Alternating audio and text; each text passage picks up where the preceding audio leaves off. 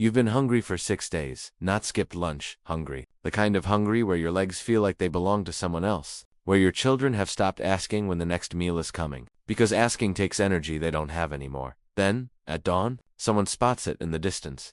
A mammoth. For a few seconds, nobody says a word. Everyone is thinking the same thing. If this fails, we don't make it to spring. Here's the twist most people never hear. Killing the mammoth wasn't actually the hardest part of this story. What happened in the 48 hours after, that's the part that decided whether this hunt saved a tribe or destroyed it. Forget the movie version. A few spears, a dramatic roar, a clean finish. Real mammoth hunting was mostly patience. Days of tracking a herd, learning which animal limped, which one strayed from the group, which one was old enough to be vulnerable. A mammoth was never beaten by strength. It was beaten by information. When the moment finally came, it happened fast. The herd scattered. One animal was cut off. Spears found their mark, and within minutes, 6 or 7 tons of muscle and fur hit the frozen ground.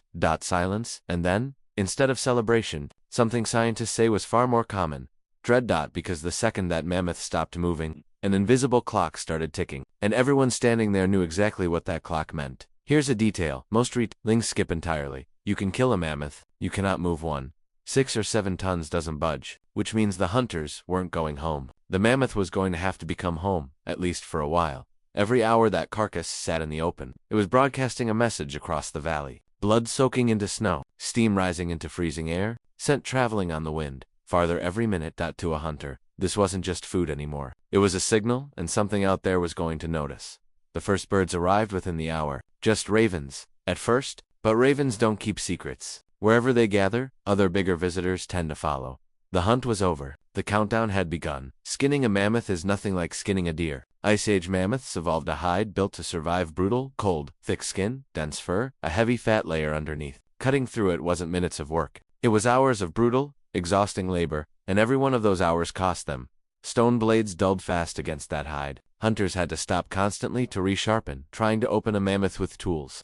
This primitive has been compared to trying to open a locked car with a butter knife. And here's a detail that surprises most people. The meat wasn't the priority. Fat was. Today we trim fat away. 30,000 years ago, fat was the actual prize. It burned slow, kept the body warm, and packed more raw survival value per pound than anything else on that animal. A hunter would trade lean meat for fat every single time, because lean meat fills your stomach, but fat is what keeps you alive through a sub-zero night. Nothing was wasted, either not out of nobility, but necessity. Tongue, organs, marrow, buried inside the bones, every part offered something different, and they couldn't afford to leave any of it behind.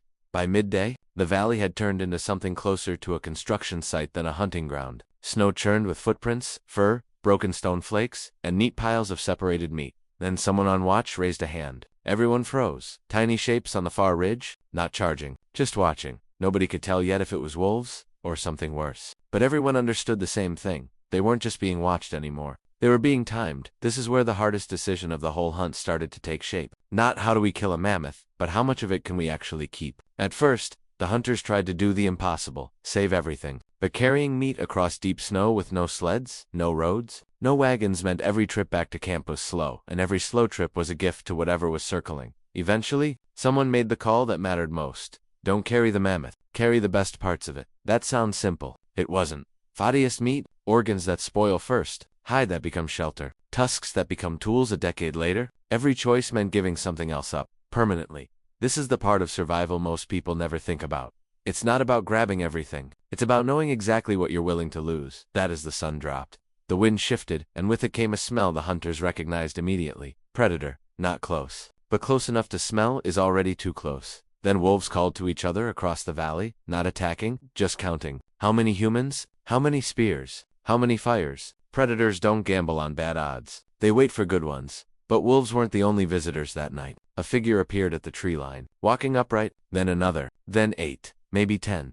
Strangers. In this world, there was no such thing as a harmless stranger. Would they trade? Steal? Wait until the fires died down. Nobody could know, and that uncertainty was more dangerous than any wolf. No one rushed forward. No one turned their back. For several long minutes, two groups of humans simply studied each other across a dead mammoth that suddenly represented something bigger than food. It represented power. Violence, it turns out, was expensive. A wound could get infected. A broken arm could sideline a hunter for months. One less hunter meant one less person feeding the group through winter. Ancient humans understood something armies wouldn't formalize for thousands of years. The cheapest fight is the one you avoid entirely. Eventually, one hunter stepped forward, spear in hand, but neither raised nor lowered. A universal signal: we're willing to talk, but we're ready if talking fails. What followed might be one of the oldest examples of cooperation between total strangers in human history. Groups that had never met started working the same carcass, cutting, hauling, watching for danger together, not because they trusted each other, but because the mammoth rewarded teamwork more than conflict. By the second day, the real transformation began,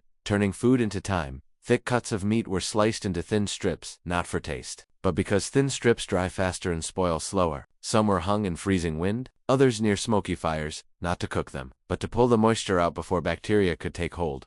The cold that had made this hunt so brutal was now working for them. Ice Age hunters weren't just fighting the environment anymore. They were using it. Bones were cracked for the fatty marrow hidden inside. Food no predator could easily reach. Nothing about any of this was glamorous. But glamour never kept anyone alive through a Pleistocene winter. Calories did.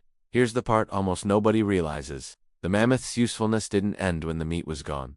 The hide, hundreds of kilograms, cut into sections, became roofing, blankets, doors against the wind, a baby's bedding. It could outlast the meat by years. The bones became shelter frames, needles, hooks, tools. The tusks, some of the finest workable material available in the Ice Age, could take weeks to carve into spear points or ornaments passed down for generations. Even the tendons mattered, dried into some of the strongest natural fiber available. Long before rope or wire existed, by hour 48, almost nothing remained of the animal that had shaken the ground beneath their feet 2 days earlier. But almost nothing had been wasted either. Here's the real reason this 48-hour window matters more than the hunt itself.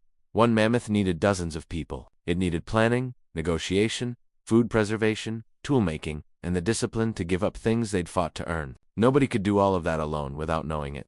These hunters were rehearsing something that had almost nothing to do with throwing a spear. Specialization. Some became better at tracking, others at preserving meat, others at watching for danger. Skills that would follow them home, into the next hunt, into the next generation. Long before humans ever built a single city, a dead mammoth in a frozen valley had already started teaching them how to become one.